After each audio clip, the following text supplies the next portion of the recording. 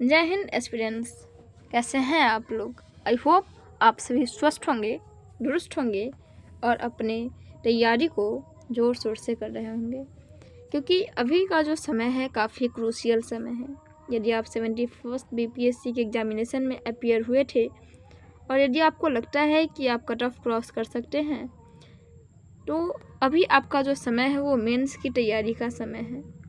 और यदि आप मेंस एग्जामिनेशन में अपना मेरिट बनाना चाहते हैं, फाइनल मेरिट में अपना नाम देखना चाहते हैं, तो आपको आंसर राइटिंग पर काफ़ी ज़्यादा ध्यान देने की आवश्यकता है, क्योंकि मेंस का जो एग्ज़ाम है वो आंसर राइटिंग का ही एक तरीके से एग्ज़ाम है। ओके, यदि आप आंसर राइटिंग अच्छे से करना जानते हैं, किस तरीके से क्वेश्चंस को टैकल करना है, कैसे भूमिका लिखना है, कैसे मेन बॉडी के पार्ट्स लिखने हैं और कैसे कंक्लूजन लिखना है, यदि आप इन सभी को जानते हैं तो आप काफ़ी अच्छा स्कोर कर सकते हैं।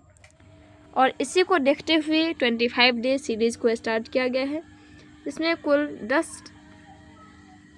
से कुल 10 लेक्चर्स को अपलोड किया जा चुका है। 10 अलग अलग क्वेश्चंस पर 10 अलग अलग आंसर्स अपलोड किए जा चुके हैं। ओके, और एक जो है वो महामैराथन सीरीज, जिसमें 5 क्वेश्चंस एंड उसके आंसर्स को भी दिए गए हैं।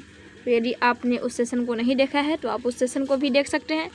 और यदि आप 72nd BPSC के एक्सपीरियंस हैं तो भी आपका ये जो समय है वो काफ़ी बेहतर है कि अभी के समय में आप प्री प्लस मेंस की तैयारी कर सकते हैं। प्री प्लस मेंस की जो तैयारी है वो अभी के समय में आप कर सकते हैं, क्योंकि जब लास्ट के 3 मंथ बचेंगे एग्जामिनेशन के, आई थिंक जून से लेकर के सितंबर अक्टूबर तक का जो समय होगा, उसमें आप अपने प्री पर मेन फोकस करेंगे और आफ्टर दैट मेंस के एग्जामिनेशन पर फोकस करेंगे। लेकिन अभी का जो समय है वो मेंस प्लस प्री की तैयारी का है। मेंस के क्वेश्चंस लिखने से आपको काफ़ी सारे फैक्ट्स भी याद होते हैं, कॉन्सेप्ट्स भी क्लियर होते हैं, जो आपके प्री के एग्जामिनेशन में एक इम्पॉर्टेंट रोल प्ले करता है। तो चलिए, आज का जो सेशन आई थिंक डे 10 है और आज की सेशन में हम सभी देखने वाले हैं हिंद महासागरीय डायपोल। हिंद महासागरीय डायपोल से आप क्या समझते हैं और यह भारतीय मानसून को किस प्रकार प्रभावित करते हैं।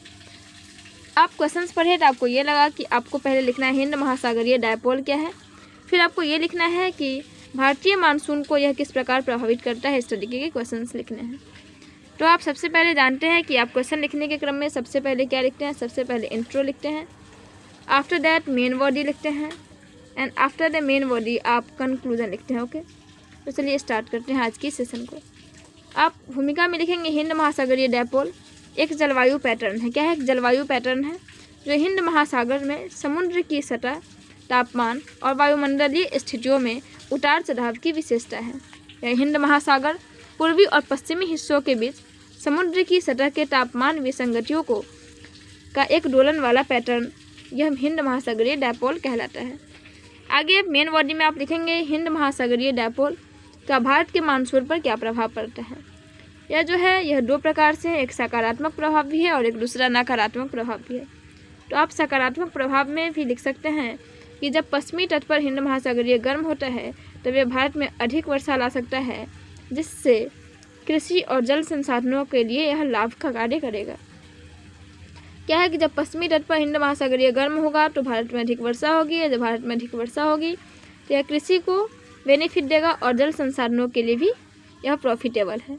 आगे आप नकारात्मक हिंद महासागरीय डायपोल में देख सकते हैं कि जब पश्चिमी हिंद महासागर ठंडा होता है तो यह भारत में कम वर्षा ला सकता है, जिससे सुखाड़ की समस्या जो है वह उत्पन्न हो सकती है। इस तरीके से यह कृषि को बेनिफिट भी दे सकता है और यदि महासागर गर्म होता है तो यदि ठंडा होता है तो यह कम वर्षा भी ला सकता है, जिससे सुखाड़ जैसी समस्या भी उत्पन्न हो सकती है। इस तरीके से आप इसके सकारात्मक और नकारात्मक दोनों प्रकार के प्रभाव को लिख देंगे। नेक्स्ट आप यह भी लिख सकते हैं आईओडी का भारतीय मानसून पर प्रभाव में, कि आईओडी भारतीय मानसून को तीव्रता से प्रभावित कर सकता है। आईओडी का कारण भारत के अलग अलग हिस्सों में वर्षा पैटर्न के अंतर भी आ सकता है। और सकारात्मक आईओडी में आप लिख सकते हैं एग्जाम्पल्स के लिए 1983 में, 1994 में और 1997।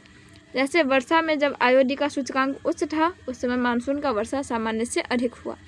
नकारात्मक प्रभाव में आप लिख सकते हैं कि नकारात्मक आईओडी एल नीनो के एक साथ होने पर 1997-98 में भारत में गंभीर जो है वो सुखाड़ की स्थिति देखने को मिला था। आगे आप लिख सकते हैं हिंद महासागरीय डायपोल अप्रैल से मई तक हिंद महासागर के भूमध्य रेखा क्षेत्र विकसित होता है जो अक्टूबर के महीने में चरम सीमा पर होता है। यह 2 क्षेत्रों में, एक पश्चिमी ध्रुव पर दूसरा पूर्वी ध्रुव पर होता है। पश्चिमी ध्रुव में आप देखेंगे कि अरब सागर, पश्चिमी हिंद महासागर, और पूर्वी ध्रुव में आप देखेंगे कि इंडोनेशिया के दक्षिण में पूर्वी हिंद महासागर के बीच समुद्र सतह तापमान के अंतर को परिभाषित करता है। नेक्स्ट आप देखेंगे ENCO में प्रशांत महासागर में एक ऐसी घटना है, वैसे ही एक समान समुद्र वायुमंडल प्रणाली भारतीय महासागर में भी कार्य कर रही है। 1999 में इसे हिंद महासागर द्विध्रुव का नाम दिया गया। और निष्कर्ष में आप यह लिख सकते हैं कि आयोडी भारतीय मानसून को प्रभावित करने वाला एक महत्वपूर्ण जलवायु कारक है। सकारात्मक आयोडी मजबूत मानसून का, जबकि नकारात्मक आयोडी कमजोर मानसून का प्रतीक होता है और यह सूखे की स्थिति का संकेतक भी है। आयोडी पर चल रहा शोध मौसम की भविष्यवाणियों को लेकर के बेहतर करने में कृषि, जल संसाधनों और आपदा तैयारियों हेतु आवश्यक है। इस तरीके से आप अपने आंसर को लिख सकते हैं और आप एक एवरेज मार्किंग गेन कर सकते हैं। आपको यदि एक अच्छा आंसर चाहिए तो इसके लिए आप गूगल की सहायता ले सकते हैं। ये एक मॉडल आंसर था जिसमें आपने यह सीखने का प्रयास करा कि किस तरीके से आप क्वेश्चंस के आंसर्स को लिख सकते हैं। ओके, आई थिंक आपके लिए यह जो सेशन है काफ़ी बेनिफिशियल रहा होगा। और यदि आप आज के सेशन में हमारे साथ जुड़े रहे हैं तो इसके लिए आपका बहुत बहुत आभार। ओके, चलिए आज के इस सेशन को हम यही समाप्त करेंगे डे 10 को। फिर हम मिलेंगे अगले सेशन में नए टॉपिक्स के साथ और उस टॉपिक पर आंसर को लेकर के। ओके, आई थिंक आपको आज का यह सेशन जो है काफ़ी पसंद आया होगा। यदि पसंद आया हो तो आप अपना फीडबैक कमेंट बॉक्स में ज़रूर देंगे। हमारे साथ अंत तक बने रहने के लिए आप सबों का बहुत बहुत धन्यवाद। Thank you for watching this video till and. Thank you so much.